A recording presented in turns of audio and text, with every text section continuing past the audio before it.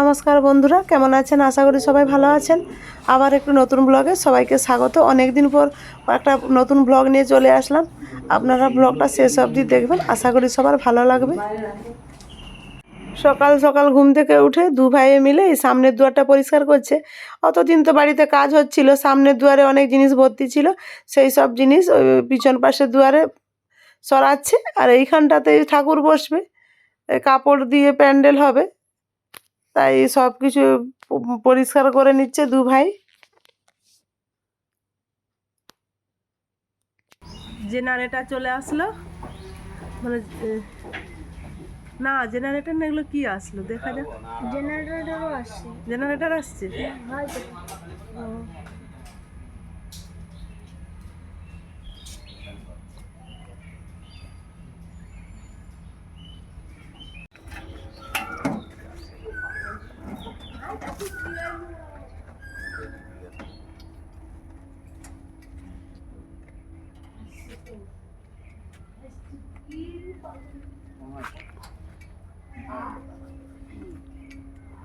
তারগুলো না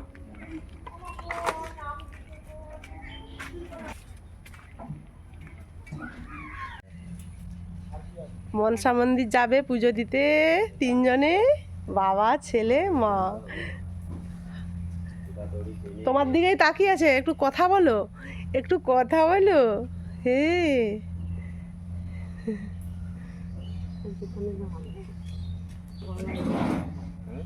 কি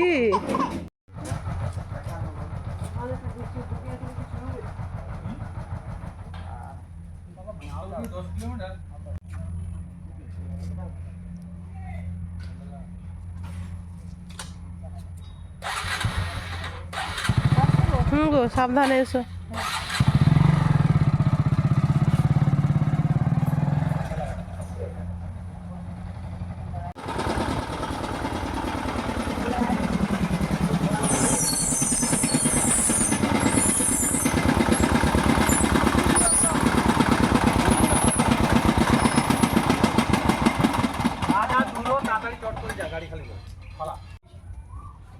বেশি ভাষণ মারিস না, পাল্টিয়েছে সেটা বুঝবে।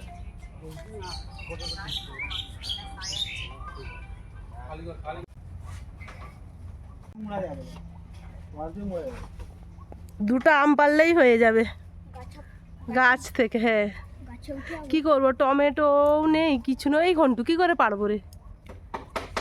এই বাবু, গাছে একবারে গাছে উঠবি নি। এতে ধর আমটা, ধর একটা পাড়া হয়ে গেছে, ধর দুটো আম হলেই অস্থির। আহা, চল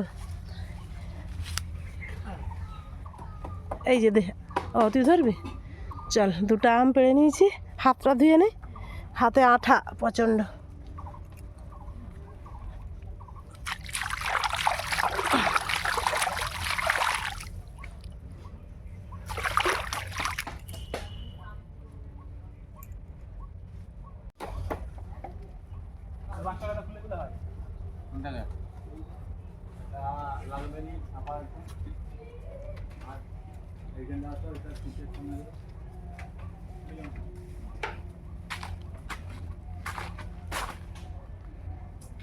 প্যান্ডেলের কাজ করতে এসছে তিনজন, আর জেনারেটারের কাজ করবে দুজন। পাঁচজন দুপুরে ভাত খাবে। এই যে সব রকম সবজি কেটে নিয়েছি, সব রকম সবজি দিয়ে একটা ছ্যাঁচড়া বানাবো। আর ওই যে আলু কেটে নিয়েছি, আর গাছ থেকে তো আম পারলাম দেখলেন। এই আমের চাটনি হবে, একটা সবজি, আর ও বাজারে মাছ আনতে গেছে, এখনও আসেনি। মাছ দিয়ে আলু দিয়ে একটা ঝোল, এই 3 পদ আজ রান্না করব, বেশি কিছু করব না।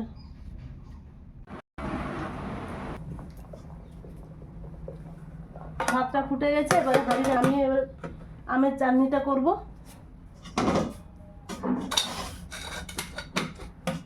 ও বাজার থেকে মাছ নিয়ে চলে এসছে, মাছটা দিদিমণি ধুইতে গেছে, ততক্ষণকে আমি আমের চাটনিটা করে নিই।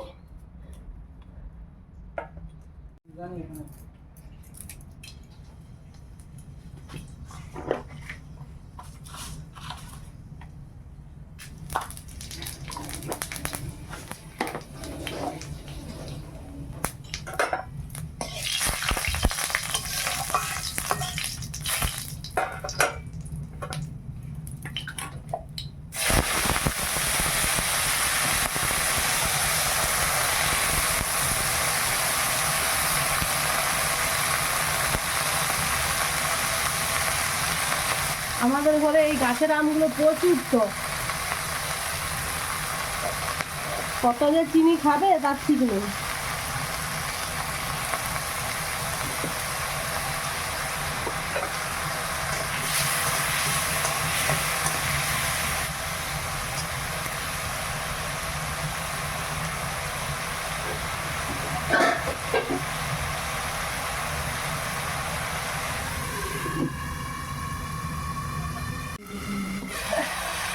হ্যাঁ, প্রথমে বললো ওরা 5 জন খাবে, সেরকমই রান্না করলাম, চাল টাল সবই সেরকমই নিলাম, এখন বলছে 3 জন।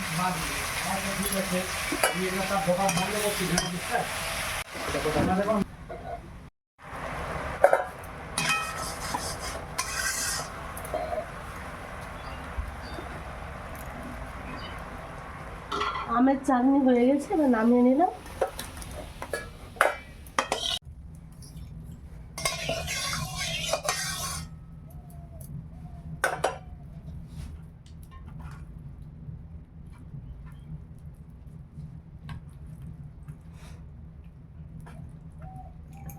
চাটনি তো হয়ে গেছে, কড়াটা ধুয়ে এনে এবার মাছগুলো ভেজে নেই। তেলটা গরম হয়ে গেছে কড়া।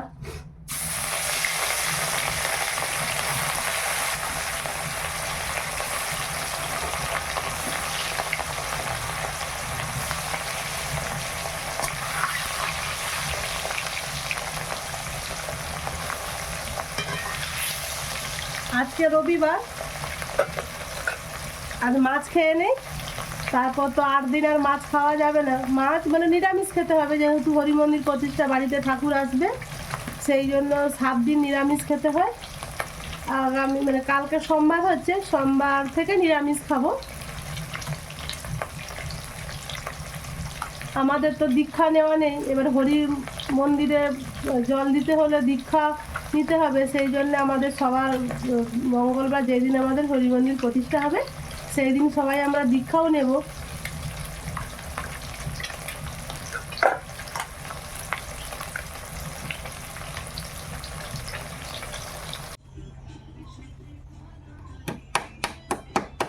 কটা কুলার? 4টা কুলার বলা ছিল। 4টাই আছে না 3টা?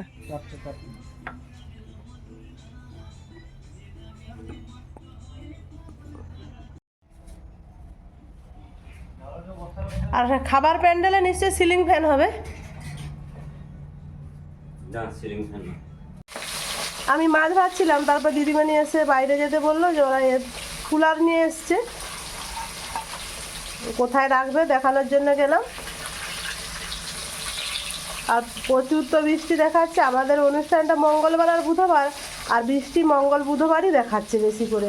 আর গতকাল শনিবার ছিল, প্রচুর বৃষ্টি হয়েছে আমাদের এদিকে। আজ রবিবার, কালকে প্রায় ঘন্টা দুই তিনেক বৃষ্টি হয়েছে, যেমন বাজ পড়া তেমন বৃষ্টি।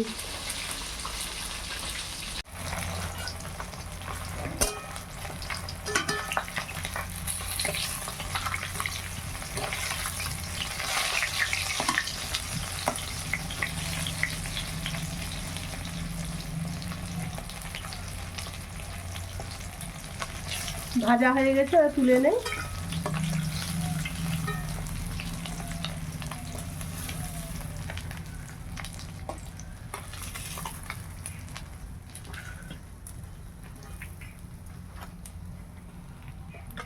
তেল গড়াটা নামিয়ে নেব। ওই যে ভাতের হাঁড়িটা নামিয়ে রেখেছিলাম ফুটার পর, সেইটা এবার বসাবো। 1 ফুট হলেই ফ্যানটা ঝেড়ে নেব, এতে তাড়াতাড়ি হয়।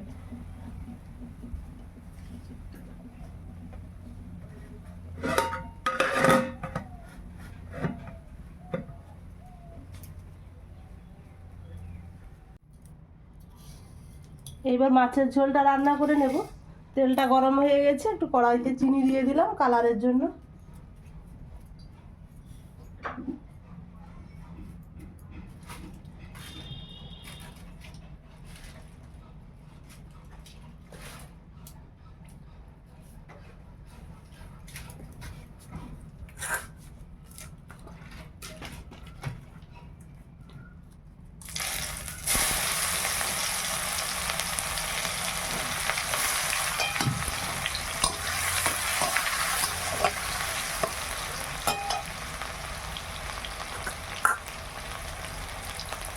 উনানটা প্রচুর জ্বলে গেছে।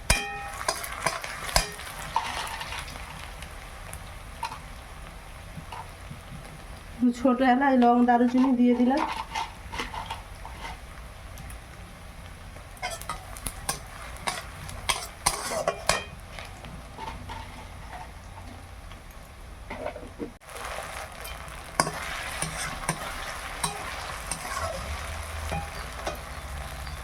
আদা রসুনটা ভালোভাবে ভাজা হয়ে গেছে, এবার হলুদ গুঁড়ো, লঙ্কা গুঁড়ো দিব।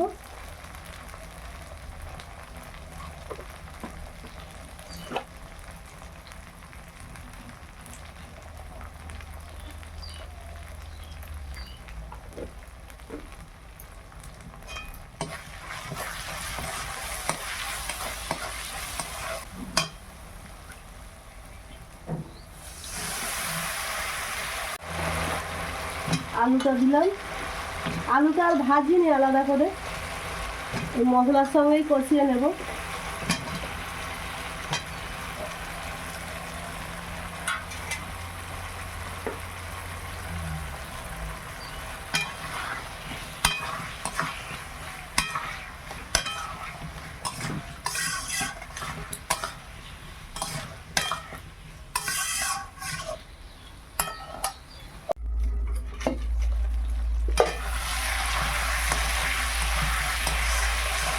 খুব সুন্দর কষানো হয়ে গেছে আলু।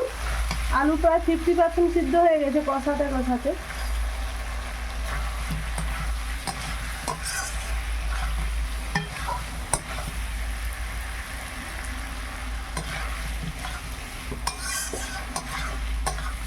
এইবার জল দেব।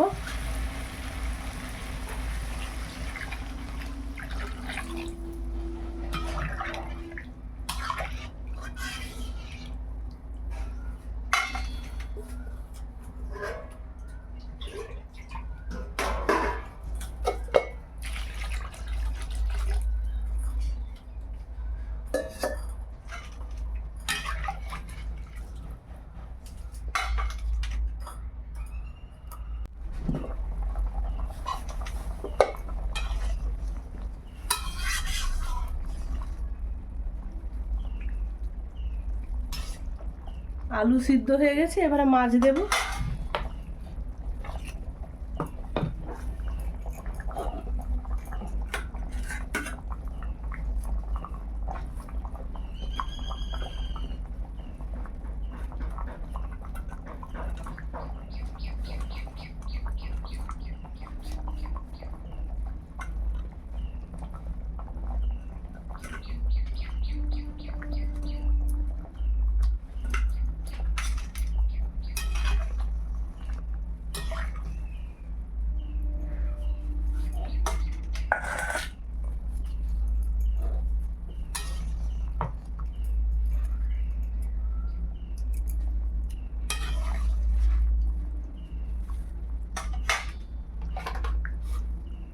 পরিমাণ মতো লবণ দেব।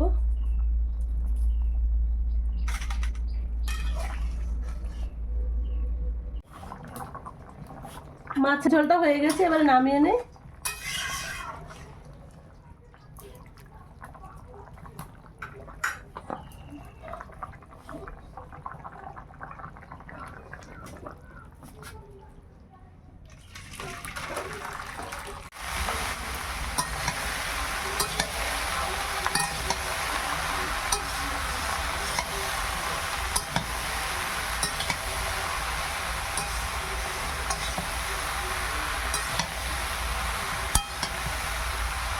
কি হলো?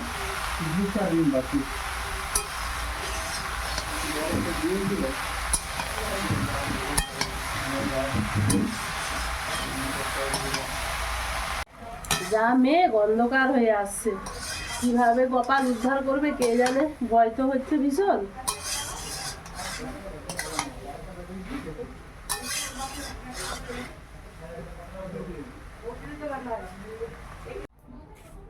ওই সবজিগুলো খুব ভালো করে কষিয়ে নামিয়ে নিয়েছি, এবার কড়াটা ধুয়ে এবার কড়াই তেল দিয়েছি।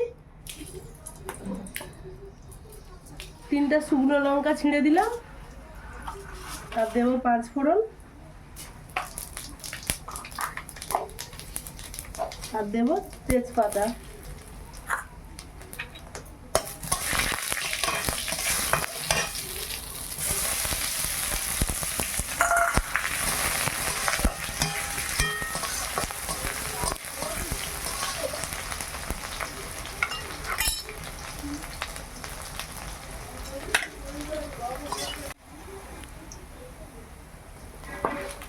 একটু আদা রসুন বাটা ছিল দিয়ে দিলাম।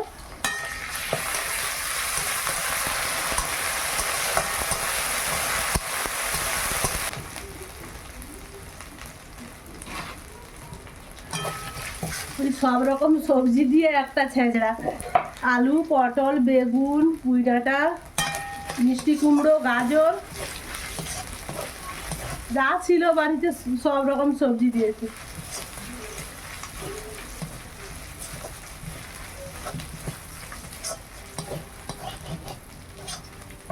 ভালো করে ভাজা হয়ে গেছে, এবার এটা দিয়ে দিই। আর মাছের তেলটা তো ভেজে রেখেছি, ওটা নামানোর আগে দেব।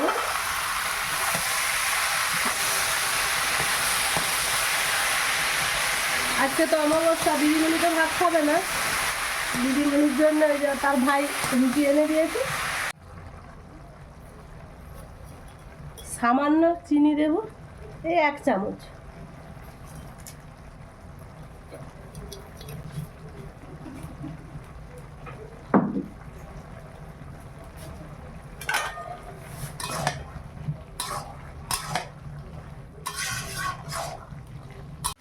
তরকারিটা হয়ে গেছে, এবার মাছের তেলটা দেব।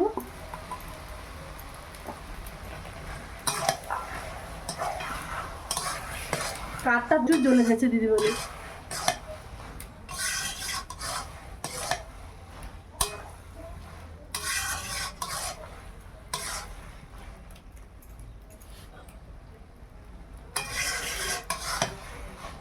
দেখে তো মনে হচ্ছে দারুণ হবে, তারপর দেখা যাক কি হয়।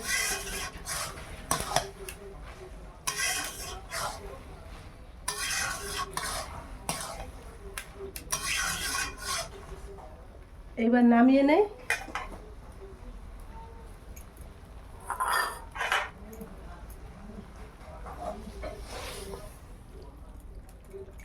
রান্না কমপ্লিট।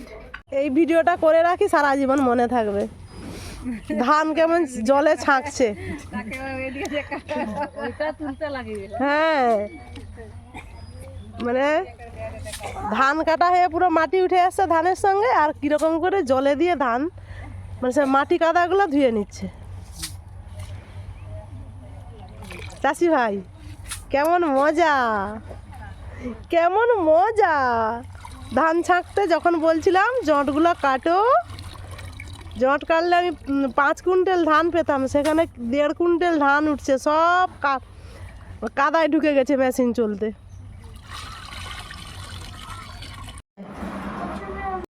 বেলা এখন অনেকটাই হয়ে গেছে, এদেরকে খেতে দিয়েছি। আর বন্ধুরা, আমার এই ভিডিওটি যদি ভালো লেগে থাকে আপনারা লাইক কমেন্ট শেয়ার করবেন, সাবস্ক্রাইব করবেন, আমার পাশে থাকবেন। আজকের মতো আসছি, সবাই ভালো থাকুন।